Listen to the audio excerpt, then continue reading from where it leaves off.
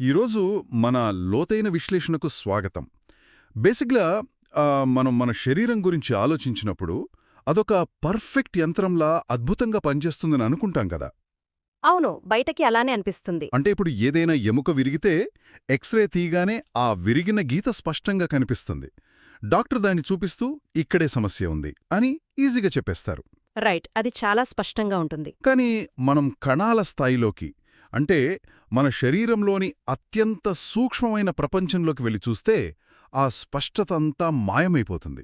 అదొక చాలా సంక్లిష్టమైన యుద్ధభూమిలా కనిపిస్తుంది. ఎగ్జాక్ట్లీ, చాలా పెద్ద యుద్ధం జరుగుతూ ఉంటుంది అక్కడ. ఆశ్చర్యకరమైన విషయం ఏమిటంటే ఈ యుద్ధంలో మన శత్రువు బయట నుండి రాలేదు. మన సొంత కణాలే మనపై తిరుగుబాటు చేస్తున్నాయి బేసిక్గా. అవును, ఆ తిరుగుబాటే క్యాన్సర్. ఇది కేవలం ఒక వ్యాధి గురించి మాత్రమే కాదు. ఒక కణం తన సహజమైన నియంత్రణలను ఎలా కోల్పోతుంది, పక్కనున్న కణాలను ఎలా నాశనం చేస్తుంది అనే ఒక జీవశాస్త్రపరమైన విధ్వంసమని చెప్పచ్చు. నిజమే. మన శరీరం తనను తాను రక్షించుకోవడానికి ఎన్ని వ్యవస్థలని ఏర్పాటు చేసుకున్నా కూడా క్యాన్సర్ కణాలు వాటన్నింటినీ చాలా సులభంగా దాటేస్తాయి.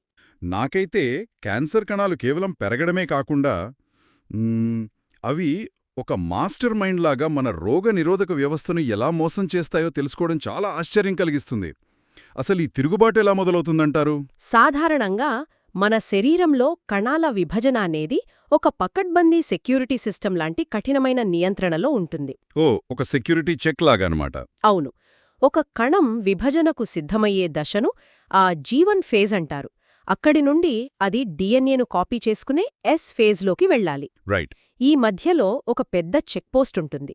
ఈ చెక్పోస్ట్ దగ్గర కాపలా కాసే గాడ్లే CDK4/6 ఎంజైమ్లు, అంటే సైక్లిన్ డిపెండెంట్ కినేసిస్ అన్నమాట. ఓకే, ఇవి గాడ్లు బేసిక్గా. కరెక్ట్. కణం ఆరోగ్యంగా ఉంటేనే ఇవి లోపలికి పంపిస్తాయి. కాని క్యాన్సర్ కణాలేం చేస్తాయంటే తమలో వచ్చే మ్యూటేషన్ల ద్వారా ఈ గాడ్లను తమ ఆధీనంలోకి తీసుకుని విపరీతంగా పెంచేస్తాయి. వావ్, అంటే సెక్యూరిటీ సిస్టమ్ను ఏకంగా హ్యాక్ చేశాయన్నమాట. ఎగ్జాక్ట్లీ. దాంతో ఆ చెక్పోస్ట్ గేట్లు ఎప్పుడూ తెరిచే ఉంటాయి, ఇంకా కణాలు ఇష్టమొచ్చినట్లు విభజన చెందుతూనే ఉంటాయి. ఇక్కడే ఇంకో ఆసక్తికరమైన విషయం ఉంది. కణాలు అంత వేగంగా విభజన చెందాలంటే విపరీతమైన శక్తి కావాలి కదా. అవును, చాలా ఎనర్జీ అవసరమవుతుంది. ఈ వార్బర్గ్ ఎఫెక్ట్ గురించి సోర్సెస్లో చదువుతున్నప్పుడు నాకు చాలా విచిత్రంగా అనిపించింది. అంటే క్యాన్సర్ కణాలు ఒక కార్ లాంటివనిపించింది. ఆ కారుకే యాక్సిలరేటర్ ఇరుక్కుపోయింది. చాలా మంచి పోలిక. సాధారణంగా ఆక్సిజన్ ఉన్నప్పుడు కణాలు ఇంధనాన్ని చాలా సమర్థవంతంగా వాడుకుంటాయి కదా. కానీ క్యాన్సర్ కణాలు ఆక్సిజన్ పుష్కలంగా ఉన్నప్పటికీ అత్యంత అసమర్థంగా ఇంధనాన్ని మండిస్తూ విపరీతమైన పొగను వదులుతూ ఉంటాయట. ఇక్కడ ఆ పొగ అంటే లాక్టేట్. ఎందుకు అసలు అలా చేస్తాయి? ఇది క్యాన్సర్ కణాల అత్యంత తెలివైన వ్యూహాలలో ఒకటి. మన సాధారణ కణాలు గ్లూకోజ్ని ఆక్సిజన్తో కలిపి పూర్తిగా కాల్చేసి విపరీతమైన శక్తిని తయారు చేసుకుంటాయి, అంటే ఏటీపీని అన్నమాట. Aerobic respiration. రైట్. కానీ క్యాన్సర్ కణాలకు కేవలం శక్తి మాత్రమే సరిపోదు కదా, అవి వేగంగా కొత్త కణాలను నిర్మించుకోవాలి. ఓ, కొత్త కణాలు తయారు చేయాలి. అవును, గ్లూకోజ్ని పూర్తిగా కాల్చేస్తే కొత్త కణాల నిర్మించడానికి కార్బన్ ముడిపదార్థాలు ఏమీ మిగలవు. అందుకే అవి గ్లూకోజ్ని సగం మాత్రమే మండిస్తాయి. వావ్, అంటే ఆ మిగిలిన సగం బిల్డింగ్ బ్లాక్స్ లాగా వాడతాయా? ఎగ్జాక్ట్లీ. ఆ మిగిలిన సగం ద్వారా లాక్టేట్ వస్తుంది. అలాగే కొత్త డిఎన్ఏ, ప్రోటీన్లు తయారు చేయడానికి అవసరమైన ముడిసరుకు దొరుకుతుంది. ఆక్సిజన్ ఉన్నప్పటికీ అవి ఇలా చెయ్యడాన్ని అనరోబిక్ గ్లైకోలిసిస్ అంటారు. అంటే ఆ లాక్టేట్ అనే పొగ కూడా వాటికి ఉపయోగపడే వ్యర్థం అన్నమాట. సరే, ఇంత వేగంగా పెరుగుతున్న ఈ క్యాన్సర్ కణాలను ఆపడానికి మనం వాడే ఆయుధాల గురించి మాట్లాడుకుందాం. అంటే కీమోథెరపీ మందుల గురించి. ఖచ్చితంగా. విన్క్రిస్టీన్ అనే మందు కేవలం కణాన్ని విషపూరితం చేయడమే కాకుండా కణం రెండుగా విడిపోయేటప్పుడు లోపల ఉండే తాడుల్లాంటి మైక్రోట్యూబ్యూల్స్ ను కత్తిరిస్తుందని చదివాను. ఇది యాక్చువల్లీ నిజమేనా? అవును, మీరు సరిగ్గానే అర్థం చేసుకున్నారు. కణం రెండు పిల్ల కణాలుగా విడిపోయే దశను ఎం ఫేజ్ అంటారు. ఎం ఫేజ్, రైట్. ఈ దశలో క్రోమోజోమ్లను రెండు వైపులా లాగడానికి కణం లోపల మైక్రోట్యూబ్యూల్స్ అనేవి తాడుల్లాగా ఏర్పడతాయి. ఓకే, అవి పట్టి లాగుతాయన్నమాట. అవును. ఈ వింక్రిస్టిన్ మందు లోపలికి వెళ్లి ఈ మైక్రోట్యూబ్యూల్స్ అసలు ఏర్పడకుండా అడ్డుకుంటుంది. దాంతో క్రోమోజోమ్లు విడిపోలేక ఆ కణం మధ్యలోనే ఆగిపోయి చనిపోతుంది. అలాగే మెథోట్రెక్సేట్ మరియు 5FU అనే మందులు కూడా DNA తయారీని ఆపుతాయట కదా. రైట్, అవి DNA సింథసిస్ని ఆపుతాయి. ముఖ్యంగా మెథోట్రెక్సేట్ చూడండి, ఇది DHF రిడక్టేజ్ అనే ఎంజైమ్ను నిరోధిస్తుంది. ఇక్కడ వింత ఏంటంటే ఈ క్యాన్సర్ మందును ఎక్టోపిక్ ప్రెగ్నెన్సీకి కూడా వాడతారట. అంటే పిండం గర్భాశయంలో కాకుండా ఫెలోపియన్ ట్యూబ్స్లో పెరిగినప్పుడు దాన్ని ఆపడానికి. అవును, దాని కారణం మెథోట్రెక్సేట్ పనిచేసే విధానమే. బేసిక్గా ఈ మందు మన శరీరంలో ఫోలిక్ యాసిడ్కి వ్యతిరేకంగా పనిచేస్తుంది. ఫోలిక్ యాసిడ్కి ఆపోజిట్గా. మనకు సాధారణంగా థైమిడైలేట్ అనే DNA ముడి పదార్థం తయారు కావాలంటే ఈ ఫోలేట్ చాలా అవసరం. గర్భిణీ స్త్రీలకు ఫోలిక్ యాసిడ్ ఎందుకిస్తారో మీకు తెలిసే ఉంటుంది. పిండం వేగంగా పెరగడానికి గదా. ఎగ్జాక్ట్లీ. అదే ఫోలిక్ యాసిడ్ పద్ధతిని బ్లాక్ చేస్తే క్యాన్సర్ కణాలుగాని ఎక్టోపిక్ ప్రెగ్నెన్సీలో పెరిగే కణాలుగాని DNAను తయారు చేసుకోలేక చనిపోతాయి. అంటే వాటికి బిల్డింగ్ బ్లాక్స్ లేకుండా చేస్తాం. ఒకవేళ ఈ మందు మోతాదు మించి ప్రమాదకరంగా మారితే ఏంటి పరిస్థితి? అప్పుడు వెంటనే ల్యుకోవోరిన్ అనే యాక్టివ్ ఫోలిక్ యాసిడ్ను ఇస్తారు. ఇది మెథోట్రెక్సేట్ ప్రభావాన్ని తిప్పికొట్టి రోగిని కాపాడుతుంది. రైట్, ఒక రకమైన యాంటీడోట్ అన్నమాట. ఇంకొన్ని మందులు కూడా చాలా ఆసక్తికరంగా పనిచేస్తున్నాయి. అవును. ఈ ఎటోపోసైడ్ అనే మందు చూడండి, ఇది టోపోఐసోమరేజ్ 2 ఎంజైమ్ను అడ్డుకుంటుంది. అంటే DNA ముడిపడకుండా విడదీసే ఎంజైమ్ను ఇది బేసిక్గా జామ్ చేస్తుంది. దాంతో క్రోమోజోమ్లలో బ్రేక్లొచ్చేస్తాయి. అలాగే బ్లియోమైసిన్ అనే ఇంకో మందుంది. ఇది ఐరన్ మరియు ఆక్సిజన్ను వాడుకుని ఫ్రీ రాడికల్స్ ద్వారా DNAని తుప్పుపట్టినట్లు చేసి ముక్కలు చేస్తుంది. ఇదంతా వింటుంటే అద్భుతంగానే ఉంది, కానీ నాకొక పెద్ద సందేహం. ఏంటది?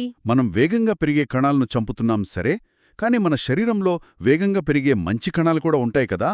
ఈ మందులకి, క్యాన్సర్ కణాలకి, మన సాధారణ కణాలకి మధ్య తేడా ఎలా తెలుస్తుందసలు? అసలు తేడా తెలియదు.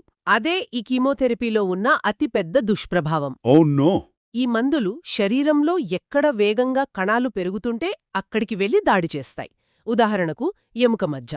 మన రక్త కణాలన్నీ నిరంతరం ఎముక మధ్యలోనే తయారవుతాయి కాబట్టి అక్కడ కణాల విభజన చాలా వేగంగా ఉంటుంది.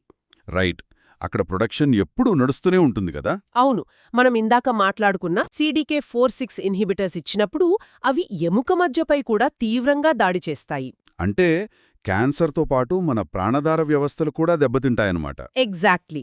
దీనివల్ల రోగికి తెల్ల రక్త కణాలు తగ్గిపోయి న్యూట్రోపీనియా, ఎర్ర రక్త కణాలు తగ్గిపోయి అనీమియా, ప్లేట్లెట్స్ తగ్గిపోయి థ్రోంబోసైటోపీనియా వస్తాయి. చాలా డేంజరస్. మరి విన్క్రిస్టిన్ మరియు బ్లియోమైసిన్ వల్ల ఎలాంటి దుష్ప్రభావాలొస్తాయి? విన్క్రిస్టి మైక్రోట్యూబ్యూల్స్ను దెబ్బతీస్తుందని చెప్పుకున్నాం కదా. మన నాడీ వ్యవస్థలో నరాల కణాలు అంటే న్యూరాన్స్కు చాలా పొడవాటి యాక్సోన్లు ఉంటాయి. వాటి లోపల పోషకాలు ప్రవహించాలంటే ఈ మైక్రోట్యూబ్యూల్స్ కీలకం. విన్క్రిస్టిన్ వాటిని దెబ్బతీయడం వల్ల న్యూరోటాక్సిసిటీ వస్తోంది. అందుకే రోగులకు చేతులు, కాళ్లలో విపరీతమైన తిమ్మిర్లు, స్పర్శ కోల్పోవడం జరుగుతోందా? అవును, దానివల్లే. ఇక బ్లియోమైసిన్ విషయానికొస్తే అది ఆక్సిజన్ని ఉపయోగించి ఫ్రీ రాడికల్స్ని సృష్టిస్తుంది. మన శరీరంలో ఆక్సిజన్ అత్యంత ఎక్కువగా ఉండేదెక్కడా? ఆబ్వియస్లీ ఊపిరితిత్తులలో. రైట్. అందుకే ఇది ఊపిరితిత్తుల కళాలను దెబ్బతీసి పల్మనరీ ఫైబ్రోసిస్కి దారితీస్తోంది. రోగులకు శ్వాస తీసుకోవడం కష్టంగా మారిపోతుంది. DLCO పరీక్ష చేస్తే ఆక్సిజన్ మార్పిడి సామర్థ్యం పడిపోయినట్లు స్పష్టంగా కనిపిస్తుంది. వామ్మో! క్యాన్సర్ ఒకవైపు, ఈ మందుల వల్ల వచ్చే సైడ్ ఎఫెక్ట్స్ ఇంకోవైపు.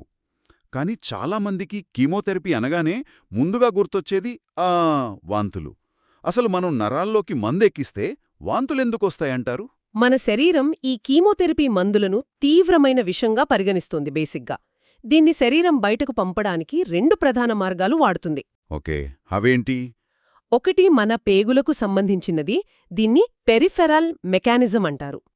మందు పేగుల్లోకి వెళ్లగానే అక్కడి కణాలు డ్యామేజ్ అయ్యి సెరటోనిన్ని విడుదల చేస్తాయి. అది వాగస్ నర్వ్ ద్వారా మెదడుకు సిగ్నల్ పంపుతుంది. అంటే మెదడుకి ఇన్ఫర్మేషన్ ఇస్తుందన్నమాట. అవును. దీని ఆపడానికి డాక్టర్లు ఒండాన్సెట్రాన్ లాంటి మందులు ఇస్తారు. ఇవి సెరటోనిన్ వెళ్లే 5-HT3 రిసెప్టర్లను బ్లాక్ చేస్తాయి. రైట్. మరి రెండో మార్గమేంటి? రెండవది నేరుగా మెదడులోని బ్రెయిన్ స్టెమ్, రక్తంలోని విషాన్ని పసిగట్టడం. ఇది సబ్స్టాన్స్ పి అనే కెమికల్ ద్వారా వాంతి చేసుకోవాలని సిగ్నల్ ఇస్తుంది. దీన్ని ఆపడానికి అప్రెపిటాంట్ అనే మందును వాడతారు. ఇది NK1 రిసెప్టర్లను బ్లాక్ చేస్తుంది. అంటే ఒక రకంగా శరీరాన్ని ఇది విషం కాదు మందు అని మోసం చేసి మనం వాంతుల్ని ఆపుతున్నామన్నమాట. కరెక్ట్. ఒక రకంగా అలానే చెప్పొచ్చు. సైడ్ ఎఫెక్ట్స్ పక్కన పెడితే మందులు 100% అద్భుతంగా పనిచేసినా సరే కొన్నిసార్లు రోగి ప్రాణాల మీదకు వస్తుందట. అదే ట్యూమర్ లైసిస్ సిండ్రోమ్ అంటారు కదా. అవును, అది చాలా క్రిటికల్ కండిషన్. అంటే పెద్ద సంఖ్యలో క్యాన్సర్ కణాలు ఒకేసారి పేలిపోయినప్పుడు వాటి లోపలున్న పొటాషియం, ఫాస్ఫరస్ మరియు యూరిక్ యాసిడ్ అంతా ఒకేసారి రక్తంలో కలిసిపోతాయి కదా. అవును, ఇవన్నీ కణాల లోపలెక్కువగా ఉంటాయి. ఈ గందరగోళంలో కాల్షియం కూడా పడిపోతుందంటారు. ముఖ్యంగా ఆ యూరిక్ యాసిడ్ కిడ్నీల్లోకి వెళ్ళి అక్కడి అసిడిక్ వాతావరణంలో గాజు పెంకుల్లాంటి స్ఫటికాలుగా మారిపోయి కిడ్నీ ప్లంబింగ్ మొత్తాన్ని మూసేస్తుందట కదా. ఖచ్చితంగా. కిడ్నీలు ఒకేసారి అంత పెద్ద మొత్తంలో వచ్చే వ్యర్థాలను అస్సలు ఫిల్టర్ చెయ్యలేవు. అందుకే ఇది మెడికల్ ఎమర్జెన్సీ. మరి దీన్ని ఎలా డీల్ చేస్తారు డాక్టర్లు? దీన్ని నివారించడానికి డాక్టర్లు ముందుగానే రోగికి విపరీతంగా ఫ్లూయిడ్స్ ఎక్కించి హైడ్రేట్ చేస్తారు. అలాగే మూత్రం అసిడిక్గా లేకుండా ఆల్కలైజేషన్ చేస్తారు. ఒకవేళ అప్పటికి యూరిక్ యాసిడ్ ఎక్కువగా ఉంటే ఏంటి పరిస్థితి? అప్పుడు ఆ స్ఫటికాలను కరిగించడానికి రాస్బ్యూరికేజ్ అనే ఎంజైమ్ను లేదా అసలు యూరిక్ యాసిడ్ ఉత్పత్తి కాకుండా అలోప్యూరినాల్ లేదా ఫెబ్రుక్సోస్టాట్ లాంటి మందులను ఇస్తారు. చాలా కేర్ఫుల్గా ఉండాలన్నమాట. మనం ఏ ఆయుధం వాడినా క్యాన్సర్ కణాలు కూడా ఊరుకోవు కదా అసలు. అవి మందులకు లొంగకుండా చేసే తిరుగుబాటు గురించి ఒక ఆసక్తికరమైన పాయింట్ ఉంది. అవును, వాటి దగ్గర చాలా ట్రిక్స్ ఉన్నాయి. బేసిక్గా అవి ఒక పబ్లో ఉన్న బౌన్సర్ లాంటి పంపుని వాడతాయట కదా. కీమోథెరపీ మందు కణం లోపలికి రాగానే ఈ పీ గ్లైకోప్రోటీన్ అనే బౌన్సర్ దాని కాలర్ పట్టుకుని బయటకు విసిరేస్తాడు. యా, చాలా యాప్ట్ ఎగ్జాంపుల్ ఇది. ఇది ఎంత భయంకరమంటే కణం తన సొంత ఏటీపీ ఎనర్జీని ఖర్చుపెట్టి మరీ ఈ పంపుని నడుపుతుందట కదా. అవును, క్యాన్సర్ కణాలు ప్రాణాపాయ స్థితిలో ఉన్నా సరే తమ ఎనర్జీని మందులను బయటకు పంపడానికే వాడుకుంటాయి. ఈ పీ గ్లైకోప్రోటీన్ వల్ల క్యాన్సర్ కణాలకు ఒకేసారి అనేక రకాల మందుల పట్ల రెసిస్టెన్స్ వస్తుంది. కీమోథెరపీ పని చేయకపోవడానికి ఇదొక ప్రధాన కారణం. చూశారా, మనం నేరుగా దాడి చేస్తుంటే అవి బౌన్సర్లని పెట్టుకుంటున్నాయి. పైగా మన మంచి కణాలు కూడా చనిపోతున్నాయి. అందుకే శాస్త్రవేత్తలు ఇంకో కొత్త దారి వెతికారు. అదే టార్గెటెడ్ థెరపీ మరియు ఇమ్యునోథెరపీ. అవును, ఇవి చాలా అడ్వాన్స్డ్ ట్రీట్మెంట్స్. ఈ బెవాసిజుమాబ్ అనే మందు గురించి చూస్తే క్యాన్సర్ కణాలు పెరగడానికి కొత్త రక్తనాళాలు కావాలి కదా. దానికోసం అవి వెజెఫ్ అంటే VEGF అనే సిగ్నల్ పంపి రక్తాన్ని అడుక్కుంటాయి. ఈ బెవాసిజుమాబ్ ఆ సిగ్నల్ని కట్ చేసి ట్యూమర్ని ఆకలితో మార్చి చంపేస్తుంది. అవును, సప్లై కట్ చేస్తుంది బేసిక్గా. కానీ దీనివల్ల కూడా ప్రమాదమేనట. మన శరీరంలో ఎక్కడైనా గాయమైతే అది మానడం కష్టమవుతుంది. ఆపరేషన్ కుట్లు కూడా విడిపోయే ప్రమాదం ఉంటుందట కదా. నిజమే, ఎందుకంటే గాయాలు మానడానికి కూడా కొత్త రక్తనాళాలు ఏర్పడాలి కదా. దానికి కూడా ఆ వెజెఫ్ అవసరం. అందుకే ఆ ప్రాబ్లం వస్తుంది. ఈ టార్గెటెడ్ థెరపీలో మరో అద్భుతమైన మందు ఉంది. అదే ట్రాస్టుజ్మాబ్. దాదాపు 20% బ్రెస్ట్ క్యాన్సర్ రోగులలో HER2 అనే రిసెప్టార్లు విపరీతంగా పెరిగిపోయింటాయి. HER2 రిసెప్టార్లు, okay. ఇవి ఒక రకమైన యాంటెనాల్లా పనిచేసి కణాన్ని వేగంగా పెరిగేలా చేస్తాయి. ట్రాస్టుజుమాబ్ వెళ్లి ఆ యాంటెనాల్ని మూసేస్తుంది. దాంతో కణం పెరుగుదల ఆగిపోయి చనిపోతుంది. ఆకలితో చంపడం, యాంటెనాలు పీకేయడం భలే ఉన్నాయి టెక్నిక్స్. కానీ వీటన్నిటికంటే క్యాన్సర్ కణాలు చేసే అతిపెద్ద మోసం ఒకటుంది. ఏంటది? మన రోగనిరోధక వ్యవస్థలోని టీసెల్స్ క్యాన్సర్ను గుర్తించి చంపడానికి వస్తాయి కదా. అవును. అప్పుడు క్యాన్సర్ కణాలు PDL1 అనే ఒక ప్రోటీన్ను తమ ఉపరితలంపై పెట్టుకుని టీసెల్స్లో ఉండే PD1కు ఒక సీక్రెట్ హ్యాండ్షేక్ ఇస్తాయి. రైట్, ఇది చాలా ఇంట్రెస్టింగ్ కాన్సెప్ట్. అంటే ఒక రకమైన ఫేక్ ఐడి కార్డ్ చూపించి నన్ను చంపకు, నేను నీ వాడినే అని మాయ చేస్తాయి. దీంతో మన టీసెల్స్ వాటిని ఏమీ చేయకుండానే అలిసిపోతాయి. దీన్నే టీసెల్ ఎగ్జాషన్ అంటారు కదా. అవును, ఇమ్యూన్ సిస్టమ్ని నిద్రపుచ్చుతాయన్నమాట. దీన్ని బ్లాక్ చేయడానికి ఇమ్యునోథెరపీ మందులు వాడి ఆ హ్యాండ్షేక్ను విడదీయగానే మన ఇమ్యూన్ సిస్టమ్కి అసలు నిజం తెలిసిపోయి క్యాన్సర్ మీద విరుచుకుపడుతుంది. ఇది క్యాన్సర్ వైద్యంలో వచ్చిన అతిపెద్ద విప్లవమని చెప్పాలి. ముఖ్యంగా డిఎన్ఏ మిస్మ్యాచ్ రిపేర్ లోపం ఉన్న ట్యూమర్లపై ఈ ఇమ్యూనోథెరపీ చాలా అద్భుతంగా పనిచేస్తుంది. అంటే డిఎన్ఏ రిపేర్ సిస్టమ్ పనిచేయని ట్యూమర్లు అంటారా? అవును, ఆ ట్యూమర్లలో చాలా మ్యూటేషన్లుంటాయి. అవి మన రోగనిరోధక వ్యవస్థకు పూర్తిగా గ్రహాంతరవాసుల్లా కనిపిస్తాయి. వీటినే నియో యాంటీజెన్స్ అంటారు. అంత వింతగా ఉన్నా కూడా ఆ ట్యూమర్లు బ్రతుకుతున్నాయంటే కేవలం ఆ PDL1 హ్యాండ్షేక్ వల్లే అన్నమాట. ఎగ్జాక్ట్లీ. మన మోనోక్లోనల్ యాంటీబాడీస్ వాడి దాన్ని బ్లాక్ చేయగానే మన టీ కణాలకు ఆ ట్యూమర్ల అసలు రూపం స్పష్టంగా కనిపిస్తుంది. క్షణాల్లో వాటిని సమూలంగా నాశనం చేస్తాయి. వావ్! ఇది నిజంగా అద్భుతం.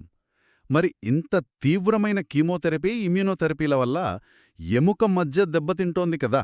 అంటే మన రక్త కణాల ఫ్యాక్టరీని ఎలా బాగుచేస్తారు? బోన్ మ్యారో ట్రాన్స్ప్లాంట్స్ ద్వారానేనా? అవును, బోన్ మ్యారో ట్రాన్స్ప్లాంట్ చేస్తారు.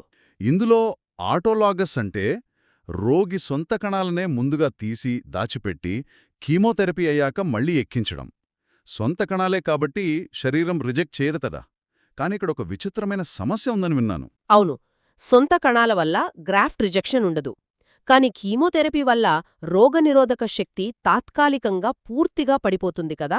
ఆ సమయంలో శరీరంలో అప్పటికే దాగి ఉన్న పాత ఇన్ఫెక్షన్లు మేల్కొనే ప్రమాదముంటుంది. పాత ఇన్ఫెక్షన్లు అంటే ఎలాంటివి? ఉదాహరణకు ఎప్స్టీన్ బార్ వైరస్ లేదా సైటోమెగలోవైరస్, అలాగే చికెన్ పాక్స్కి కారణమయ్యే వెరిసెల్లా జోస్టర్ లాంటి వైరస్లు. రోగనిరోధక వ్యవస్థ నిద్రపోతున్నప్పుడు ఇవి మళ్లీ దాడి చేస్తాయి. ఇది గమనించారా? మన సొంత కణాలను వాడితే ఒక సమస్య, మరి వేరేవారి కణాలను వాడితే? పుట్టుకతో వచ్చే జన్యుపరమైన వ్యాధులున్నవారికి ఖచ్చితంగా ఇతరుల కణాలనే వాడతారు. దీన్ని మ్యాచ్డ్ అన్రిలేటెడ్ ట్రాన్స్ప్లాంట్ అంటారు. దాని కారణం లాజికల్గా ఆలోచిస్తే అర్థమవుతోంది. ఆ జన్యుపరమైన వ్యాధికి కారణమైన లోపం రోగి సొంత కణాల ఫ్యాక్టరీ బ్లూ ప్రింట్లోనే ఉంటుంది. మనం మళ్లీ వారి కణాలని ఎక్కిస్తే ఆ వ్యాధిని మళ్లీ తిరిగి తెచ్చినట్లే కదా. అందుకే దాత నుండి కణాలు తీసుకుంటారు. సరిగ్గా అదే కారణం. హెచ్ఎల్ఏ మ్యాచ్ అయ్యే దాత కణాల్లో ఆ వ్యాధి కారక మ్యూటేషన్ ఉండదు కదా. కాబట్టి రోగికి వేరేవారి ఎముక మజ్జును ఎక్కించడం ద్వారా ఆ జన్యుపరమైన వ్యాధికి శాశ్వత పరిష్కారం దొరుకుతుంది. ఎంత అద్భుతం కదా. ఇంతవరకు మనం క్యాన్సర్ మరియు అది తెచ్చే తలనొప్పుల గురించి మాట్లాడుకున్నాం. ఇప్పుడు ఆ ఎముక మధ్య ఫ్యాక్టరీకి క్యాన్సర్తో సంబంధం లేకుండానే వచ్చే ఇతర లోపాల గురించి చూద్దాం. ష్యూర్. ఈ అప్లాస్టిక్ అనీమియా అనే కండిషన్ చూస్తే ఇది బేసిక్గా ఒక ఎడారిలాంటి పరిస్థితి. అసలు స్టెమ్ సెల్స్ ఏ కారణం చేతనో నాశనమైపోయి ఎముక మధ్యలో కణాల స్థానంలో కేవలం కొవ్వు నిండిపోతుందంటారు. అవును, ఫ్యాట్ రీప్లేస్ చేస్తుందక్కడ. దీనివల్ల రక్త కణాలన్నీ పడిపోయి పాన్సైటోపీనియా వస్తుంది. ఇక్కడ ఆసక్తికరమైన పాయింట్ ఏంటంటే ఇందులో ప్లీహం అంటే స్ప్లీన్ సైజు పెరగదట కదా. ఎందుకలా? ప్లీహం అనేది మన శరీరంలో పాతబడిపోయిన లేదా పాడైన రక్త కణాలను ఫిల్టర్ చేసే అవయవం. అప్లాస్టిక్ అనీమియాలో అసలు కణాల ఉత్పత్తి ఆగిపోతుంది తప్ప చెడిపోయిన కణాల ఉత్పత్తి కావు కదా. ఓ, అంటే ఫిల్టర్ చేయడానికి అక్కడ ఏమీ లేదు కాబట్టి ప్లీహం సైజు పెరగదన్నమాట. ఎగ్జాక్ట్లీ. అందుకే అది సాధారణంగానే ఉంటుంది. రైట్. అలాగే దీర్ఘకాలిక వ్యాధులలో వచ్చే అనీమియా గురించి చదివినప్పుడు నాకొక ఆలోచన వచ్చింది. కీళ్లవాతం, దీర్ఘకాలిక ఇన్ఫెక్షన్లు లేదా ఊబకాయం లాంటివి ఉన్నప్పుడు హెప్సిడిన్ అనే ప్రోటీన్ స్థాయి పెరుగుతుందంటారు. అవును, అదొక కీలకమైన మెకానిజం. ఈ హెప్సిడిన్ అనేది ఒక భయస్థుడైన స్టోర్ కీపర్ లాంటిదనిపించింది నాకు. శరీరంలో ఏదైనా ఇన్ఫెక్షన్ రాగానే అయ్యో బ్యాక్టీరియా వచ్చి మన ఐరన్ని వాడుకుని బలపడుతుందేమో అని భయపడి మన కాలేయం ఈ హెప్సిడిన్ను విడుదల చేస్తుంది. చాలా కరెక్ట్గా చెప్పారు. అది వెళ్ళి శరీరంలోని ఐరన్ మొత్తాన్ని పేగు కణాలలో, మ్యాక్రోఫేజ్లలో బేసిక్గా తాళం వేసి దాచేస్తుంది. దానివల్ల మన సొంత ఎర్ర రక్త కణాల తయారీకే ఐరన్ దొరకదు. ఇది ఎంత విచిత్రం! పరిణామక్రమంలో మన శరీరం ఏర్పరచుకున్న రక్షణ వ్యవస్థే ఈ హెప్సిడిన్. మీరు చెప్పినట్లు బ్యాక్టీరియాకు ఐరన్ చాలా ఇష్టం. ఈ దీర్ఘకాలిక వ్యాధుల్లో ఇన్ఫ్లమేటరీ సైటోకైన్స్ వల్ల ఈ హెప్సిడిన్ విడుదలై ఐరన్ ఛానల్స్ను బ్లాక్ చేసి ఐరన్ను దాచేస్తుంది. అంటే దీనివల్లే రక్తంలో సీరం ఐరన్ మరియు టోటల్ ఐరన్ బైండింగ్ కెపాసిటీ తగ్గిపోయి రక్తహీనత వస్తుందన్నమాట. అవును, ఇక్కడ సమస్య ఐరన్ లేకపోవడం కాదు, ఐరన్ లాక్ అయిపోవడం. అందుకే దీనికి ఐరన్ మాత్రలిస్తే అస్సలు లాభం ఉండదు. అసలు ఆ ఇన్ఫ్లమేషన్కు కారణమైన మూల వ్యాధికి చికిత్స చేయాలి ముందు. అదన్నమాట మ్యాటర్. ఇక విటమిన్ లోపాల గురించి చూస్తే విటమిన్ B12 మరియు ఫోలేట్ లోపం రెండూ ఒకేలాంటి అనేమియాను, అంటే మెగాలోబ్లాస్టిక్ అనేమియాను కలుగజేస్తాయి అంటారు కదా. ముఖ్యంగా ఆల్కహాల్ ఎక్కువగా తీసుకునేవారిలో ఇవి కనిపిస్తాయి. యా, రెండు DNA సింథసిస్ను దెబ్బతీస్తాయి. కానీ ఈ రెండింటికి ఒక పెద్ద తేడా ఉందని విన్నాను సోర్సెస్లో. B12 లోపంలో నరాల సమస్యలు వస్తాయట, ఫోలేట్ లోపంలో రావు అంటారు. ఎందుకలా? ఇది చాలా ముఖ్యమైన విషయం యాక్చువల్లీ. విటమిన్ B12 అనేది కేవలం DNA తయారీకే కాకుండా మన నరాలపైన ఉండే రక్షణ పొర అయిన మైలిన్ తయారీకి కూడా చాలా అవసరం. ఓకే, మైలిన్ షీత్ కోసం. అవును, ఫోలేట్కి ఆ బాధ్యత లేదు. అందుకే B12 లోపిస్తే రక్తహీనతతో పాటు నాడీ వ్యవస్థ కూడా దెబ్బతింటుంది. ఇక్కడ డాక్టర్లు అత్యంత జాగ్రత్తగా ఉండాల్సిన విషయమేంటంటే, ఒకవేళ B12 లోపమున్న రోగికి పొరపాటున కేవలం ఫోలేట్ ఇస్తే చాలా ప్రమాదం. ప్రమాదమా? ఎందుకు? ఎందుకంటే DNA తయారీకి ఫోలేట్ దొరికింది కాబట్టి రక్తహీనత తాత్కాలికంగా తగ్గినట్లు అనిపిస్తుంది. కానీ నరాలకు కావలసిన B12 అందకపోవడం వల్ల ఆ నరాల డ్యామేజ్ సైలెంట్గా మరింత తీవ్రమవుతుంది. అది శాశ్వత వైకల్యానికి కూడా దారితీయవచ్చు. వామ్మో, అదెంత ప్రమాదమో కదా! రక్తలోపాల్లో చివరగా ఒక విచిత్రమైన కండిషన్ గురించి చూద్దాం. Acute intermittent porphyria.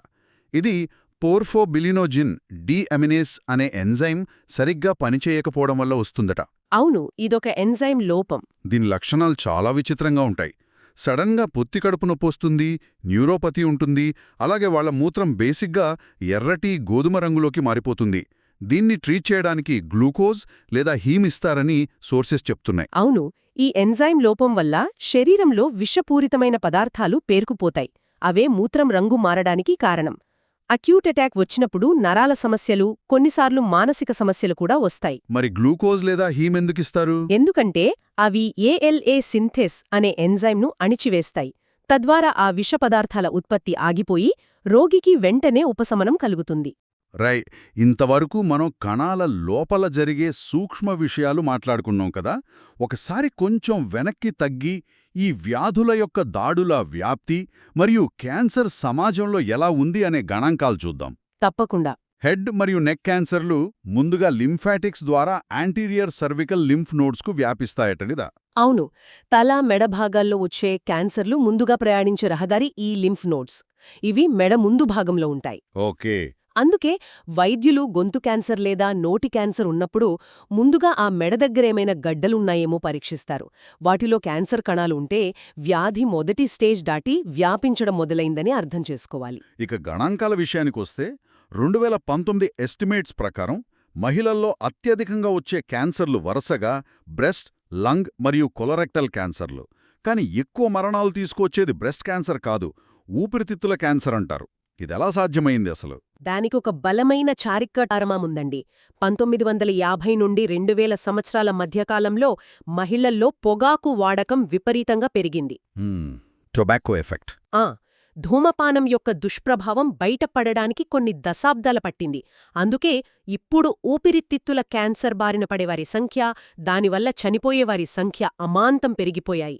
ఇవాళ అమెరికాలో పురుషులు మరియు మహిళలు ఇద్దరిలోనూ అత్యధిక క్యాన్సర్ మరణాలకు ఆ ఊపిరితిత్తుల క్యాన్సరే ప్రధాన కారణం.